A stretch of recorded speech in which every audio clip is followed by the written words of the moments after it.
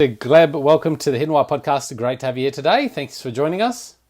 Thank you so much for inviting me. I really appreciate it. You're a bit of a prolific author, aren't you? You've written many books. That's right. So the 7 books by now, and a couple of them have been global bestsellers, which I'm very pleased about.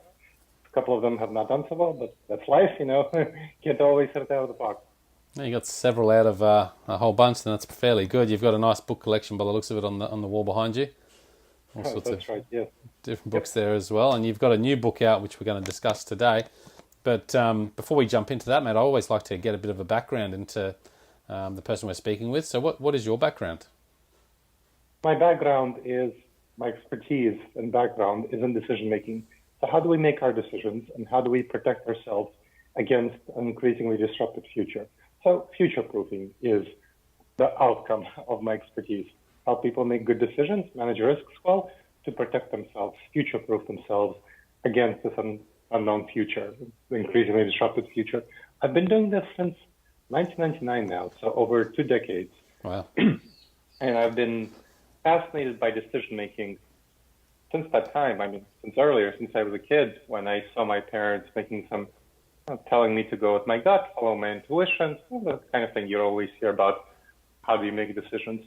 And I saw that they were making some bad decisions in their life, in their marriage, by going with their gut, following their intuition. So that was a problem, and it helped me see that maybe that wasn't such wise advice on their part. And then I also saw what happened as leaders were praised for following their gut, trusting their intuition, and so on. When there was a dot-com boom, I came of age in a dot-com boom. So I was 18 in 1999 when the .com, web band, pet.com, boo.com were partying like it's 1999. For those who remember that Prince song. That was a while ago. Yeah. And then and they were praised in the Wall Street Journal and all these media. And just a couple of years later, they all went bust in 2001, 2002, when I was 21. And that helped me see that, these leaders, these top leaders, they were praised one day, they were criticized another, but they were making decisions in the same way. It's not like they were making them in any way different. But that helped me see that those people who we think of as the top leaders also don't know what they're talking about in terms of making decisions when they talk about going with their gut. And so I decided to study this, and that was something that was always fascinating for me. And I started consulting, coaching, and training already from 1999, as I mentioned. I also went into academia, so I spent 15 years in academia. So over 20 years in consulting, coaching, and training, around 15 years in academia. I got my PhD at UNC Chapel Hill, and then I taught for 7 years as a professor at Ohio State University in the Decision Science Collaborative in the History Department. And so that's kind of my academic background. And all that time I was moonlighting as a consultant, coach, and trainer.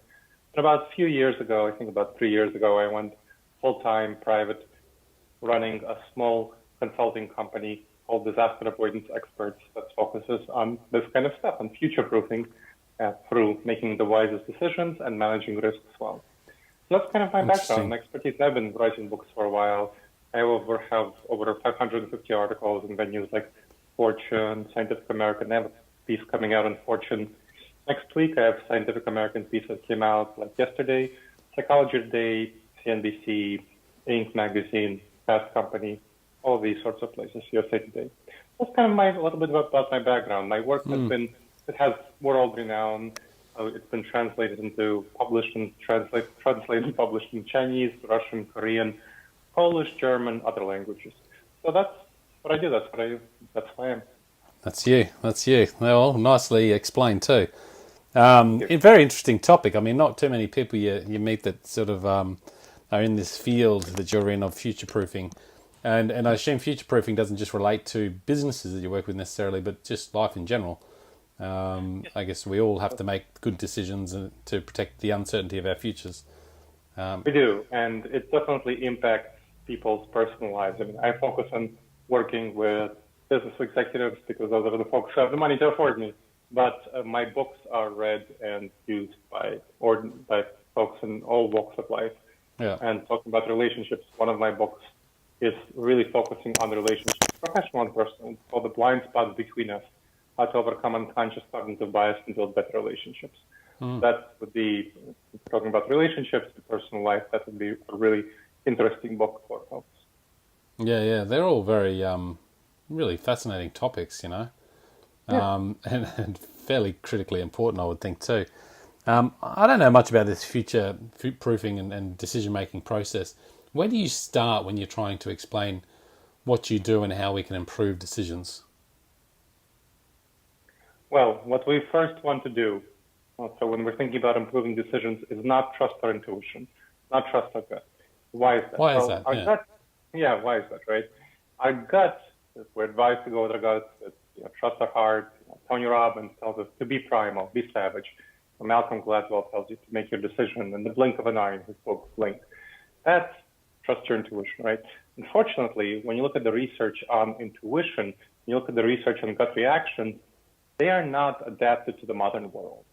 Our intuition is adapted to the savanna environment. And we used to live in small tribes of 50 people to 150 people. So the modern world has really been around since the 1990s with the rise of the internet. We haven't had time to evolve for it. It takes many thousands of years to really actually evolve for our emotions, our intuitions. What evolves much faster is our culture, and that's much more of the rational component, the head part, rather than the gut part of our thinking and decision making. But people tend not to go with their heads, and especially in the more important decisions. They tend to trust our gut, and that's a big problem because our gut, again, is adapted to that savanna environment. We rely on things like the fight or flight response. I mean, savanna environment, that was very important.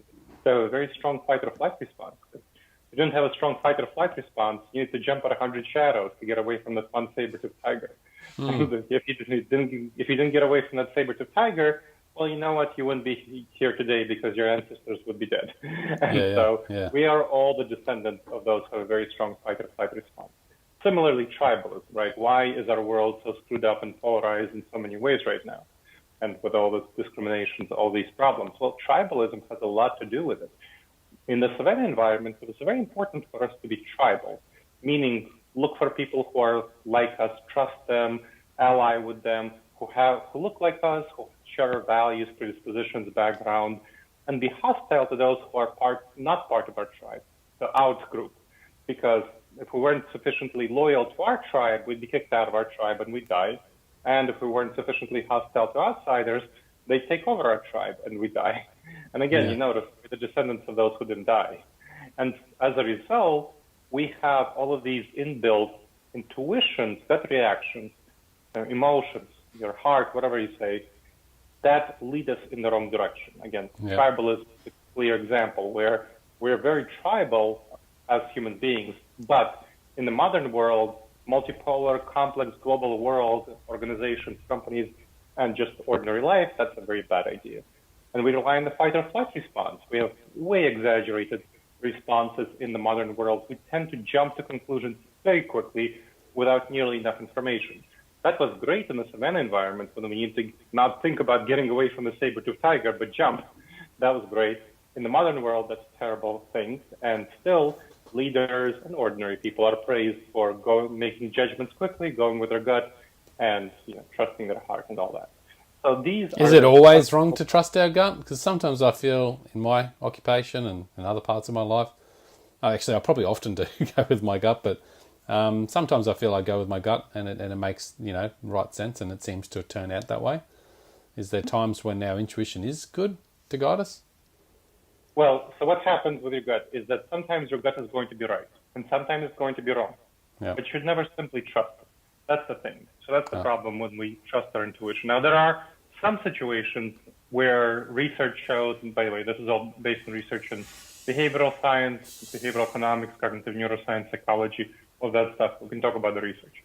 But when you look at the research on where you can not worry about it and not check with your head, just go with your gut, there's only very small domains, specific domains. You might have heard about getting 10,000 hours of practice in a certain area to be considered master, right? You don't actually need 10,000 hours of practice in these areas. But what you need is a great deal of practice. So maybe 1,000 hours or something like that. Just ballparking here. Depends on the area, right? Different areas for different things. Where you get a lot of feedback very quickly on whether you're right or wrong. So, for example, you probably have a lot of experience seeing your email and being able to tell, is this a spam email or is this an important email? Right? You can tell that at the blink of an eye, right? Very quickly. It's pretty obvious from spam emails, from your experience, seeing, oh, is this a spam email? I clicked on it. I shouldn't have clicked on it. I should have just deleted it immediately. Yeah. And so right now you have a lot of experience and you're pretty good at that. And that is the reality for most folks in the developed world who have email, right? Yeah. Well, yeah. that's an example of an area. Let's go to a different area in business settings. If you have P&L responsibility, and if you've been in P&L, profit and loss responsibility for a while, you can take a look at the P&L spreadsheet and say, okay, this is how the department is doing, this is how the division is doing, because you've looked at a lot of it, and you can tell very quickly what's going on there. Yeah. Those are the kind of things where you can trust your intuition and not check it.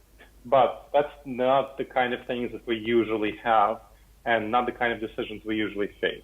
We face decision about, well, am I going to work with this person or not? What kind of a message communication should I be sending? Who should I hire? What kind of strategy should I be pursuing? What kind of vendors should I be working with?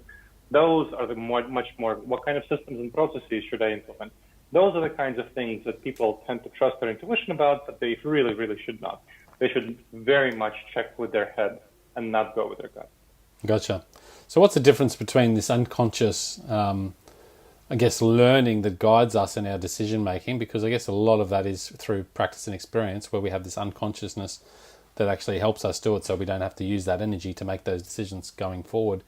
What's the difference between that and intuition, or is there a difference, or is that exactly what intuition is? It's not really a difference because people use those terms very vaguely and problematically. So I wrote a book called Never Go With Your Gut, How Pioneering Leaders Make the Best Decisions and Avoid Business Disasters, which talks about this very topic. Your intuition, when people say intuition, they usually talk about the same thing as gut reactions, as emotions, as your heart. They don't differentiate. And here's the thing. The really difficult thing about not trusting your gut is that it feels right. It feels comfortable by definition. Not going with your gut is counterintuitive. It goes against your intuition. So all of that feelings that you feel inside, wherever you identify those feelings inside you that are pushing you to do something and are telling you this is the right thing to do, well, you know what? You can't say whether you're looking at someone and, let's say they happen to be of a different skin color than you. You can't say whether you are going to be more willing or less willing to hire them because they're of a different skin color than you, because of their actual qualifications or because of that tribal sensibility. We have a lot of research showing that people unconsciously discriminate against others without realizing it because of tribalism. We have a lot of information that people don't take nearly enough time and don't look at nearly enough data before making judgments, before coming to conclusions. And that's very regrettable. My new book that you and I talked about, Returning to the Office and Leading Hybrid and Remote Teams, a manual and benchmarking to best practices for competitive advantage, I talk about a lot of bad decisions that people make, that leaders make, that cause them to go in the wrong direction because of these dangerous judgment errors. So specific ways that our mind is miswired. Due to the savanna environment, evolutionary background, just due to the wiring and structure of our brains, which we can go into, that's kind of the cognitive neuroscience part, they are called cognitive bias. So cognitive biases are these specific dangerous judgment errors that cause us, that they are the patterns, they are the ways that we are miswired, but cause us that are associated with us making these bad decisions. So specific ways that the researchers have shown that we make bad decisions, that's the patterns, those are the cognitive biases. And there are over 100 of them. If you're curious, you can take a look at the list of cognitive biases on Wikipedia and look at all the research that provides the basis for them. You'll see that there's over 100 of these cognitive biases. Yeah, wow. And I talk in my work about the most important ones for various areas of your life, whether your relationships, whether your fundamental decision-making, like Never Go With Your Gut, the book on relationships is the blind spot between us, or this new book on Returning to the Office and Leading Hybrid and Remote Teams. Yeah. So what are a couple of those, the key ones that you talk about, the cognitive biases? So let's talk about the specific ones from my latest book on returning to the office and leading hybrid and remote teams. Yeah.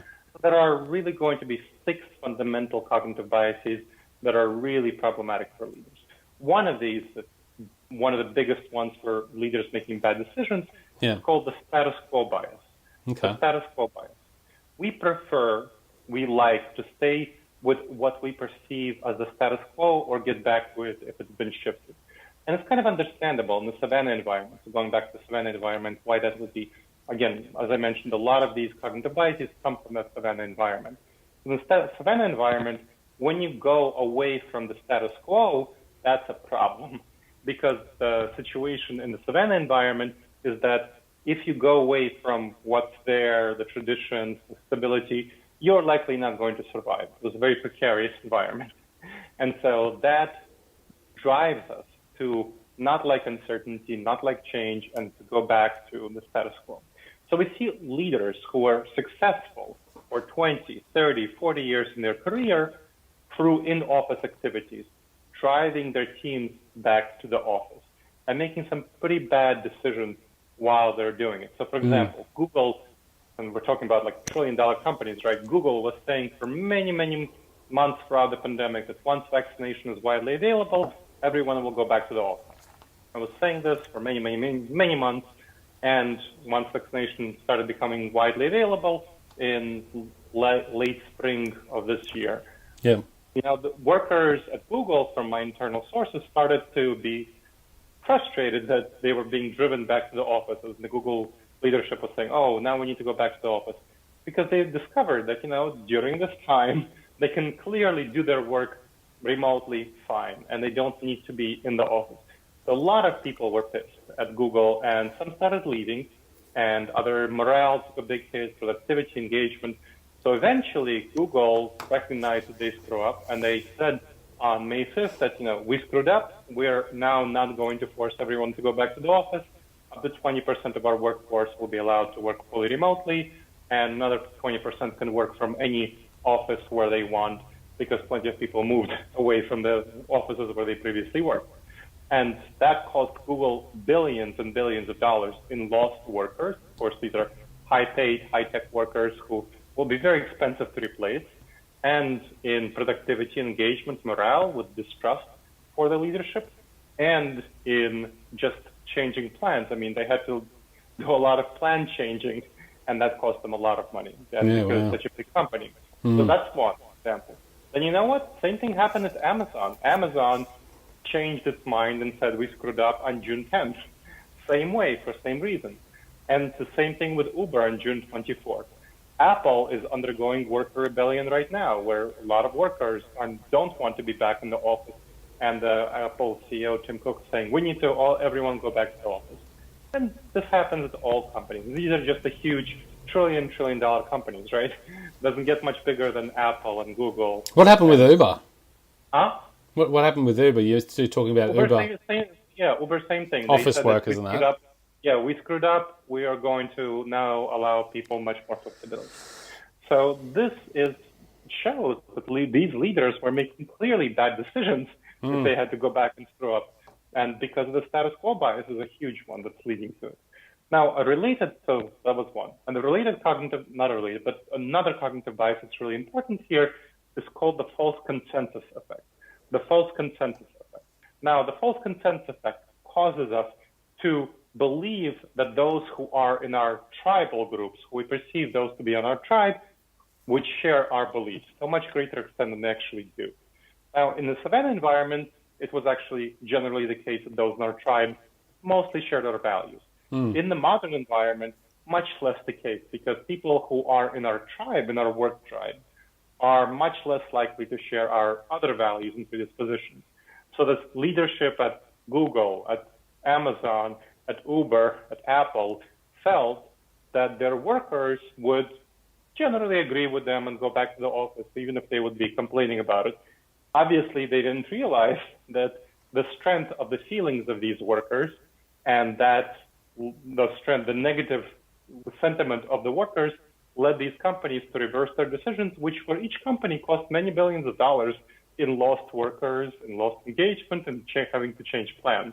Yeah. Apple still didn't change its plans, but I suspect it eventually will. We'll see. But it's definitely losing a lot of workers right now. And we know that from the internal rebellion at Apple workers, which has become public, which is very rare for Apple workers to actually speak out. They're pretty loyal. Right. So that's the false consent effect. Now, here's another one that's really important. It's called the confirmation bias. If you've heard about any cognitive biases, Yeah. you've probably heard about this one.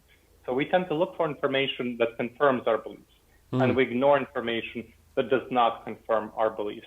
Yeah. And that's a big problem. So when you look at how leaders are looking for information about returning to office, and I say this, I mean, like I mentioned, I've already helped 17 organizations transition back to the office.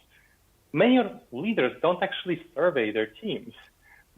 What they do is the CEO talks to the C-suite, the C-suite talks to the senior VPs, and that's all. They all agree that, yes, we want to go back to the office. That's going to be the right thing to do, and that's what happens. They go back to the office. Well, they are all coming from the same position, from the same background of being leaders and successful for 20, 30, 40 years in their careers through in-office experiences. So this is a problem, the confirmation bias. And I'll tell you about another last one, and the other two I'll leave for the book for the folks who want to read it. The other one that I wanted to talk about is called functional fixedness. Functional fixedness. Now, what's that about? You might have heard the hammer-nail syndrome, where when we have a hammer, everything looks like a nail. Well, functional fixedness refers to that tendency. So when we have one way of collaborating, when we learn one way of doing something, solving problems, collaborating together, tool sets, mental tool sets, we apply those to everything else that we do. And so that is a huge problem when people are trying to work in a remote setting or in a hybrid setting. So what happened in March 2020, the lockdowns, right? Everything was shut down, people shut down, and they didn't have a good way of collaborating virtually. So they imposed their in-office ways of collaborating on virtual formats. Things like using Zoom happy hours, which are not a good thing. We have research showing they actually cause disengagement rather than engagement and morale and team collaboration. Zoom happy hours are not helpful. What is Zoom happy hour? I never heard of it. Oh, okay. You're lucky. So Zoom happy hour is when everyone is supposed to go on Zoom and have social time and just socialize with each other. When all the members of a team or department or division, that's what a Zoom happy hour is. And so that does not work well because it works fine for when you have an actual happy hour in person and when you can communicate, chat with other people, but it does not work well when you're small squares on a screen. So that's something that is not a good idea. What have they found with Zoom happy hours? Like, what are the consequences there, or the side effects? I guess obviously it's not popular. Disengagement. So people are less engaged. So the goal of having team members take their time. I mean, they're taking time away from the work task to go do Zoom happy hour. Is better culture, better morale, better engagement, better team building. What you actually look at the research, you see that it causes the opposite. It's taking people's time, but it causes disengagement, less teamwork, less collaboration. People feel forced, they feel alienated. It's not a good thing. And it's just one example out of very many where imposing in-office culture on hybrid and remote settings causes a lot of problems. So throughout this period, the over 18 months of the pandemic, leaders have unfortunately used the same tools, managers, leaders, team leads, whatever, use the same tools to try to collaborate in virtual settings and hybrid settings as they have for full-time in-person activities, which does not work well. You need to strategically adapt it. And my book talks about the specific techniques that you need to strategically adapt your collaboration, your innovation, your productivity, your performance evaluation, your culture, your diversity, equity, inclusion, and your training, your professional development to virtual settings and hybrid settings. So how do you lead hybrid teams? How do you lead virtual teams? Yeah. I mean, there's a lot to relearn here for business in general. Do you see this lasting a long time, this new hybrid remote work environment? Like, do you think we're going to stay this way and we're actually going to be even more reduced? Because at the moment I still see people going back to offices, particularly in the public sector here in Australia, a lot of people going back to the offices. A lot of businesses too that don't require, like retail obviously, need someone there in person. But even that business model is going online now, where you can purchase things online. So do you see it transforming majorly from here or reverting back? So we're talking about the 50% of the people who can do their work remotely. So that's about the average ratios in modern developed economies. About whether 50%? in Australia, whether in the US, whether in Germany, Europe, whatever.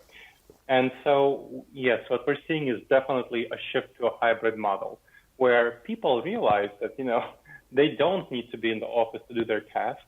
And in fact, when you look at the research, people are highly, highly more productive at home on their individual tasks. On average, people are, depending on the kind of tasks they do, but on average, they're 10 to 14% more productive when they work at home. 10 to 14% higher productivity per person. And it goes for even higher on your individual tasks, which makes sense because, on your individual tasks, you're not disrupted, you're not disturbed, you can just focus. It's much better for people. And people work longer because they don't have to do the commute. The commute is unpaid labor. In big cities, it can be as much as an hour or even more to get to your office from your home then go back. See, I still wonder about that. I am I guess, highly disciplined sort of person with my time and got a high level of motivation. So working from home, I always have done it and I've done it fairly well. But I just feel that a lot of people maybe can't have that because they lack that motivation. And I still, I'd be interested to see where they get the statistic from saying that more people that work from home are more highly productive and work longer, because I sort of assume that people probably wouldn't work harder when they're not being watched. Right, so that is a simple gut reaction mistake that you're making. Sorry. That's all right. That's not the case at all. When you're looking at data from, my book talks about that. It talks about peer-reviewed data, it talks about surveys. So surveys of people, it talks about organizations like Microsoft using Microsoft Team internal data on the productivity and performance of people. Slack, same things. Using internal data on productivity and performance of people shows very clearly that people are working longer when they're working from home. On average, during the lockdowns, on average, virtual workers worked 20 hours longer compared to their previous time work. And so, because they didn't have to do this unpaid labor of the commute. And so they worked quite a bit longer and they were more productive. So is this a sample of workers across a broad spectrum of occupations? Yes. Yeah, it's everyone who worked on Microsoft Teams, everyone who worked on Slack. So yes, across all sorts of companies, across all sorts of businesses, large, small, everything. So yes, people are highly more productive. Now, that certainly does not apply to everyone. It's not that everyone is more productive. When you look at surveys of people's desire to go back to the office, on average, around 20%, 15 to 20%, depending on the survey, want to go back to the office full time. And they are more productive there, they like their environment. Other people, around 25 to 35% want full-time remote work. So they want to work remotely full-time. And the rest want a hybrid schedule of maybe something like 1 to 2 days a week in the office. So that's the majority of the people. So when you look at that, something like 55, 60% want a hybrid schedule. So given that, and given the difficulties with getting workers and getting good workers, it's very clear that the future is hybrid, and that's what people are moving toward and companies are moving toward. What's the reluctancy to do this for employers? Is it just because they feel that their staff won't be as productive, or that? No, it's not. It's the status quo bias, it's the confirmation bias, it's the false consensus effect, it's functional fixedness. So the status quo bias, they feel their gut tells them it's the right thing to do. And it's pretty dumb. I mean, when you look at Google and when you see all their work can be done remotely, right? Pretty much all their work can be done remotely. And it's very clear that people want to work remote, and they know they have internal data showing that people are more productive working remotely. But they want their staff back in the office because the leadership feels that's the right way to work. Yeah. It's really not very smart, and it's just the same sort of thing that leaders tend to do. They make bad decisions because they feel that a certain way of collaborating is right. They don't even investigate better ways. That's kind of one dynamic. Status quo bias, confirmation bias, false consensus effect, that's one dynamic. Functional fixedness is a distinct and very important dynamic because they don't investigate better ways of working. They don't investigate better ways of innovating. I mean, lots of leaders say, well, I want more innovation for my team. That's BS. When you look at actual best practices for innovation in virtual teams and hybrid teams, you can have more innovation than in-person teams when you use the right approaches, when you don't use things like Zoom happy hours. There are definitely ways of getting that, but you need to not have that functional fixedness and try to innovate or collaborate in the same ways that you did when you're in office environment. Mm. So how do leaders embrace people from working from home to give them, that leadership, make sure, people are being productive, motivate them without being distrusting or watching them, because I know there's different programs and stuff you can watch your people, but I assume that going remotely, it's a lot more obvious when you're being watched than being at work, for example. Yeah, when you look at the research on those sort of programs and monitoring, you'd substantially decrease people's productivity when you monitor them. And you also decrease your attention because people are not likely to work for you when they can go to work for another company that doesn't do that sort of dumb thing. So no, it's a bad idea to watch people. Instead, and I talk about this in the book, what you need to do is transform your performance evaluation. Because right now, like you talked about watching people, the vast majority of performance evaluations, you have one big performance evaluation done annually, and it's based, generally speaking, on how much, on the amount of time that the worker has spent working. So how much have you worked? Yeah. So that's kind of the typical basis for performance evaluations. That's one big evaluation. That is not going to cut it for the hybrid and remote setting. So what you need to do is change your performance evaluation from amount of time spent worked to deliverables, accomplishments. What did the person get done? What do they need to get done? What are their goals? And how do they perform against those goals? When you have that, now that's kind of one dynamic. Then you also need to not evaluate that once a year because obviously you have many smaller goals and you want to evaluate those. What you need to do is transform to once a week evaluations or once every 2 weeks if you have a large team. But generally once a week for 6 to 8 people teams is the right pattern. So once a week, small evaluations, brief ones, when you have a 15 to 30 minutes when, let's say, you're a supervisor. So what you do is you have your supervisee send you a brief report under a page listing what were their top 3 to 5 accomplishments for the week compared to the accomplishments they set. So they set some accomplishments last week. How did they do on these accomplishments? What kind of problems they faced? How do they solve these problems? What kind of self-evaluation would they give themselves? And finally, what are their plans for the top 3 to 5 accomplishments going forward for next week? And then the supervisor responds to that in writing briefly before a meeting, and then they hold a 15 to 30-minute meeting where they discuss these accomplishments, maybe coach the supervisee on solving the problems better. They agree or revise in the performance evaluation, and then they agree or revise on the plans for the goals to accomplish next week. That requires absolutely no watching of the employee. That gives the person full autonomy. And you know what? If they get their goals met in a shorter period of time than the standard 40 hours, great, wonderful. Please go ahead. Because what you should be measured on is your deliverables for the company, your accomplishments, not the amount of time spent work. Who cares how much time you spent work? If you work smarter and not harder, great. Do those accomplishments, get your things done, great. And it's, sometimes you have more problems and you need to work longer to solve them. That's also the case. So that is what people should be measured on. And that meeting, that report and that meeting, those small weekly goals all get fed into a continuous promotion and evaluation system. So you don't have that one huge annual review where people don't know what they're being reviewed for, they don't know the expectations, and they get blindsided and surprised. That's no good. Yeah, I totally agree with you. I think that's a great way to manage a business is on performance rather than just on the time they put in. And I actually had someone mention to me the other day they work really hard and they just wished that rather than working until the end of the day, if they got everything done, which they normally do, in a shorter time that they could go home and spend some time with Yep. family or whatever, which I agree.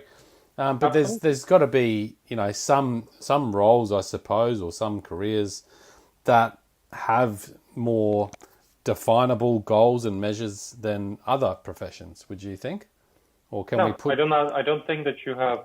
When you have any career, any profession, you have certain goals that you want to meet. There are certainly some more. Well, some careers might have more. Let's say you're a salesperson.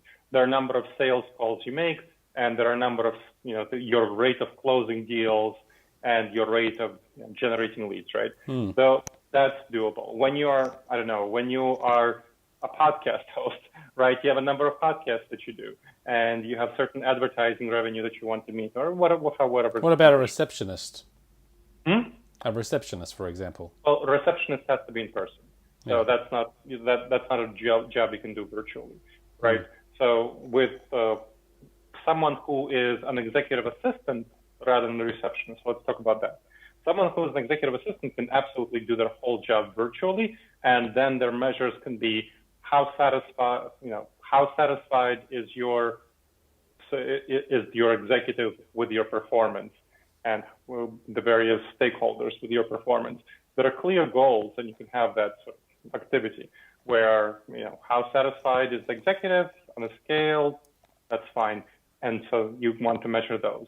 You can also have goals like have you met all the deadlines for the week? That can be another sort of goal.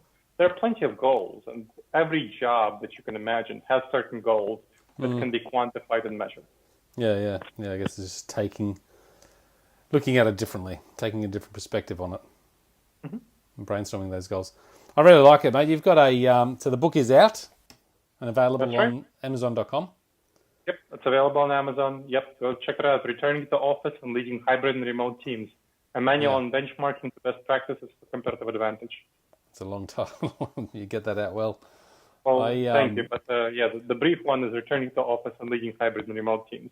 I'll stick the links in the show notes, guys, so you can pick up a copy of the book. How can people best reach you, Gleb? They can check out my website for my company called disasteravoidanceexperts.com. Yep. Again, disasteravoidanceexperts.com. There's blogs, videos, podcasts, online courses, books, of course, coaching, training, consulting. Check out especially disasteravoidanceexperts.com/subscribe. There's going to be an assessment on these dangerous judgment errors in the workplace, these cognitive biases, and also a free course on making the wisest decisions, the wise decision maker course. So again, check that out at disasteravoidanceexperts.com/subscribe. I like it, mate. Really insightful. Thank you. I'll stick the links in the show notes, guys. Everyone listening out there, make sure you reach out to Dr. Gleb. Dr. Gleb, thanks for coming on the show. Thank you very much for inviting me. I appreciate it. Check it out, guys. thehiddenwhy.com, episode 1011. We'll see you next time. Peace, passion, and purpose. Bye for now.